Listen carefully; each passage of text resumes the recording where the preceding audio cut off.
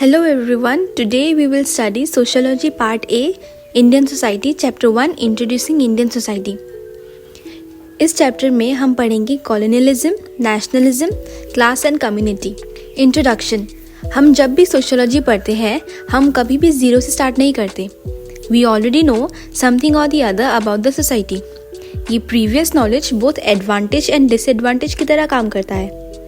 Advantage इसलिए क्योंकि prior knowledge की वजह से हमें डर नहीं होता सोशोलॉजी स्टार्ट करने के लिए. डिसएडवांटेज इसलिए क्योंकि कुछ प्रीवियस नॉलेज गलत भी होते हैं. हमें सोशोलॉजी लर्न करने के लिए कुछ प्रीवियस नॉलेज अनलर्न करना पड़ता है. हमारी प्रायर नॉलेज सोसाइटी के बारे में कॉमन सेंस से फॉर्म होती है. हमारे thoughts, view points, values form होते हैं सोशल ग्रुप से. हम जिस कम्युनिटी या रिलीजियस ग्रुप से बिलोंग करते हैं शेप्स आवर नॉलेज. ये नॉलेज इनकम्प्लीट और बायस भी हो सकते हैं.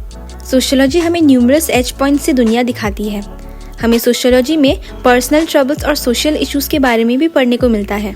सी राइट मिल्स एक्सप्लेन करते हैं पर्सनल ट्रबल्स और सोशल इश्यूज़ लार्ज ग्रुप्स के बारे में है, ना कि इंडिविजुअल्स के बारे में.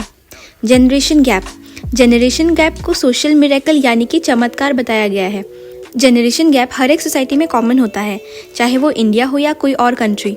जनरेशन गैप हर एक टाइम एज पे अप्लाई होता है, चाहे वो 17th सेंचुरी हो या 21st सेंचुरी. ये बुक हमें सोसाइटी को देखने का एक सोशियोलॉजिकल स्टैंड पॉइंट देती है. इंडिया में ब्रिटिश कॉलोनियलिज्म के बाद से इंडियंस में इंडियननेस की फीलिंग क्रिएट हुई. नेशनलिज्म का कॉन्सेप्ट इंडिया में 19th सेंचुरी से स्टार्ट हुई, जब ब्रिटिशर्स हमें डोमिनेट करने लगे. पैराडॉक्सिकली कॉलोनिज्म के साथ साथ नेशनलिज्म का भी जन्म हुआ. सम की फैक्ट्स. नंबर 1, रविंद्रनाथ टैगोर ने 1905 में आमार सोनार बांग्ला नाम का एक सॉन्ग लिखा था, जिसके फर्स्ट 10 लाइन्स बांग्लादेश ने अपने नेशनल एंथम के रूप में अडॉप्ट किया. नंबर 2, ब्रिटिशर्स ने इंडियंस को सिविलाइज करने के लिए एक मेथड यूज़ किया था by converting them into Christians. Number 3, India की स्टैग्नेंट इकोनॉमी ने हेल्प किया था ब्रिटिशर्स को इंडिया में कॉलोनियल रूल कंटिन्यू रखने के लिए. हिस्टोरिकली इंडिया में नेशनलिज्म की फीलिंग्स कॉलोनियलिज्म के साथ स्टार्ट हुई एंड इस फीलिंग ने इंडिया को यूनिफाई किया. कॉलोनियलिज्म की वजह से इंडिया में बहुत सारी क्लासेस एंड कम्युनिटीज़ फॉर्म हुई. इंडियन सोसाइटी को प्लूरलिस्टिक सोसाइटी बोला जाता है क्योंकि यहाँ पे डाइवर्स आइडियाज़ है. Languages, regions, religions, state, customs सब कुछ डाइवर्स है. इंडिया मॉडर्नाइजेशन की तरफ बढ़ रहा है और ये इंडियन मॉडर्नाइजेशन मॉडल के मेन वैल्यूज़ है. Socialism, liberalism, imperialism, nationalism, secularism, industrialism, democracy, individual freedom और फंडामेंटल राइट्स. इंडिया में डेमोक्रेसी इस्टेब्लिश करने के की प्रिंसिपल्स है इक्वालिटी, फ्रीडम, यूनिवर्सल बैलेट, जिसने ट्रेडिशनल इंडियन सोसाइटी के स्ट्रक्चर को चेंज कर दिया. इंडिया में बहुत सारे प्रोसेसेस हुए. कुछ एक्सटर्नल थे जो वेस्टर्न कंट्रीज से इन्फ्लुएंस थे, जैसे कि वेस्टर्नाइजेशन, मॉडर्नाइजेशन, सेक्युलराइजेशन और इंडस्ट्रियलाइजेशन. और कुछ इंटरनल प्रोसेसेस थे जैसे संस्कृताइजेशन और अर्बनाइजेशन. कुछ प्रोमिनेंट लोग थे जिन्होंने इंडिया में रिफॉर्म मूवमेंट्स इनिशिएट किए थे.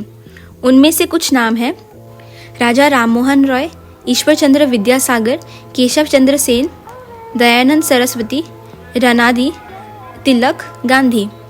सोशोलॉजी इंडिया में ज़्यादा प्रचलित नहीं था, इसलिए ब्रिटिश पॉलिसीज़ ने इंडियन विलेजेस को कंट्रोल कर रखा था. विलेजेस ही इंडियन सोसाइटी और कल्चर का की पिलर था, इसलिए ईस्ट इंडिया कंपनी ने इंडियन विलेजेस को समझना चाहा. इंडियन विलेजेस के ऊपर फर्स्ट स्टडी प्रेजेंट की थी B.H. बेडन पोवेल ने 1892 में अपनी book the Indian villages community after world war 1. Indian villages में पॉवर्टी और पब्लिक मूवमेंट्स की वजह से बहुत सारे स्कॉलर्स इंडियन विलेजेस में दिलचस्पी दिखाने लगे. Sir Charles Metcalfe, sir George Woodward, Baden Powell और फ्रांसिस ब्यूचिन ने एक डिटेल रिपोर्ट प्रिपेयर करी. एक स्टडी कंडक्ट करने के बाद वहाँ उन्होंने मेट्रोपॉलिटन सिटीज़ जैसे मद्रास, मैसूर, बिहार के बारे में जाना ईस्ट इंडिया कंपनी की तरफ से. Laterally, Herbert Risley, D Ibbetson, C.B. Lucas, William George Briggs और विलियम कुक ने इंडिया की रैटल प्रॉब्लम्स यानी कि रेट से रिलेटेड प्रॉब्लम्स पढ़ने की कोशिश की. जब से वेस्टर्न एजुकेशन इंडिया में आई, इंडियन मिडिल क्लास ने सोशल रूल को चैलेंज करना स्टार्ट कर दिया. कम्युनिटीज़ ऑर्गेनाइज हुए थे इंडिजिनस और पब्लिक सिचुएशंस में ताकि इंडियन कल्चर और ट्रेडिशन सुरक्षित रह सके।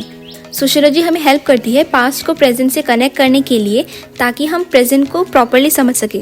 हियर आर सम की टर्म्स ऑफ दिस चैप्टर।